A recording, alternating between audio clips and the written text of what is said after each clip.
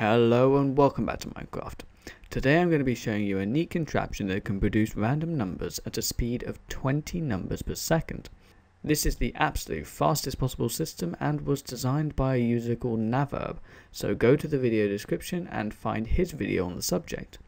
I just thought I'd create another video to spread the word of this concept and give a proper tutorial, because whilst Naverb did explain his concept in his video, it took me quite a long time to get the gist of what was going on, and I didn't quite understand all of the ins and outs, so I thought I'd create a more step-by-step tutorial to help you all out.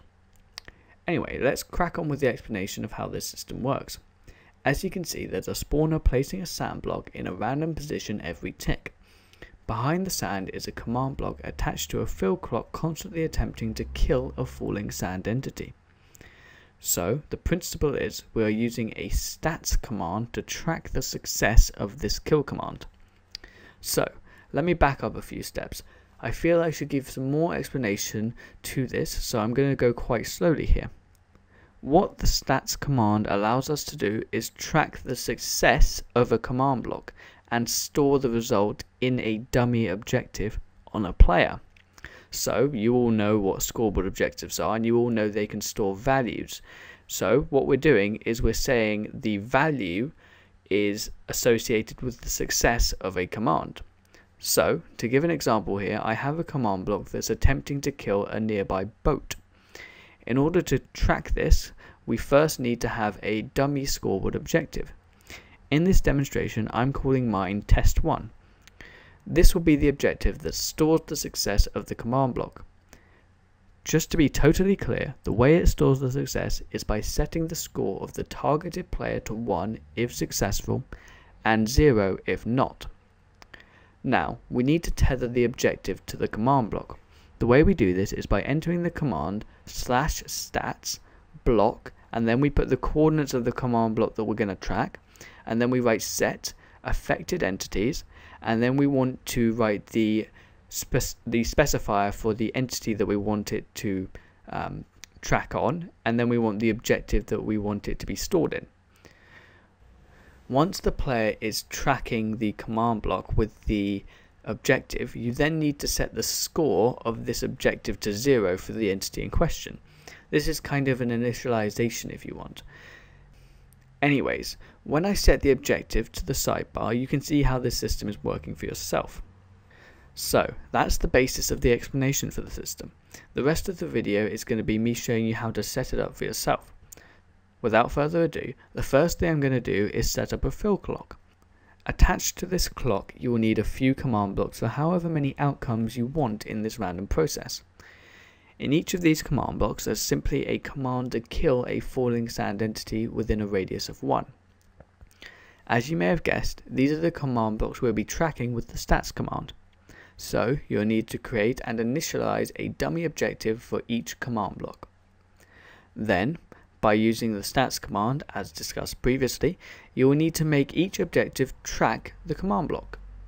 Next, you will need to set up the spawner. To do this, place a sand block somewhere where it can fall, and whilst it's still in the air, hop on over to MCEdit and open up your world there. In MCEdit, select the red box displaying the falling sand, and run TextLelf's NBT editor filter, which you can find in the description of this video.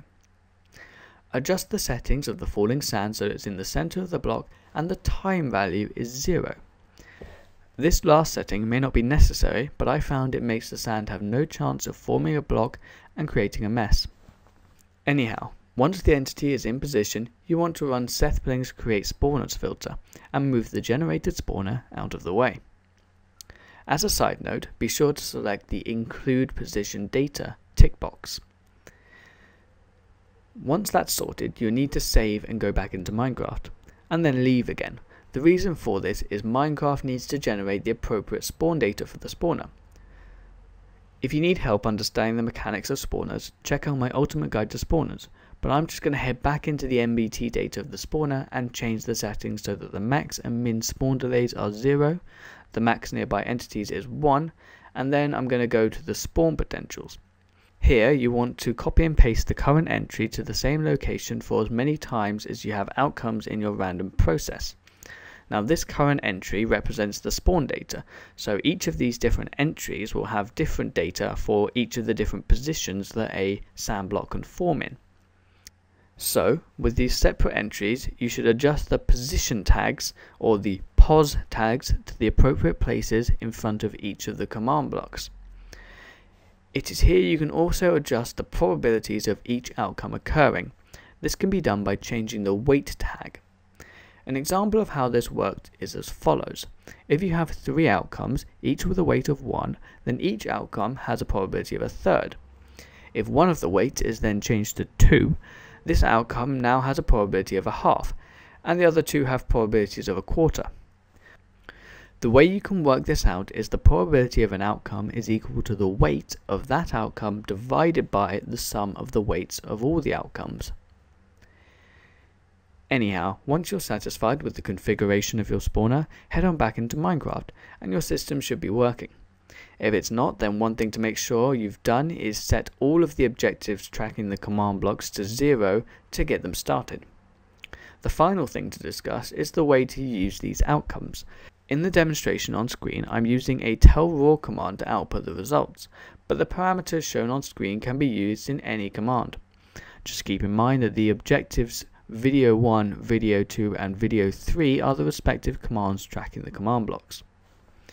If you need any more help or didn't understand the various things that I've done in this video, then I suggest you first check out my ultimate guides to spawners and command blocks, and then ask in the comments below. I'm happy to help any of you out, but just make sure the comments are relevant. Anyway, that's all for today. I hope the system's working for you, and I'll see you guys next time.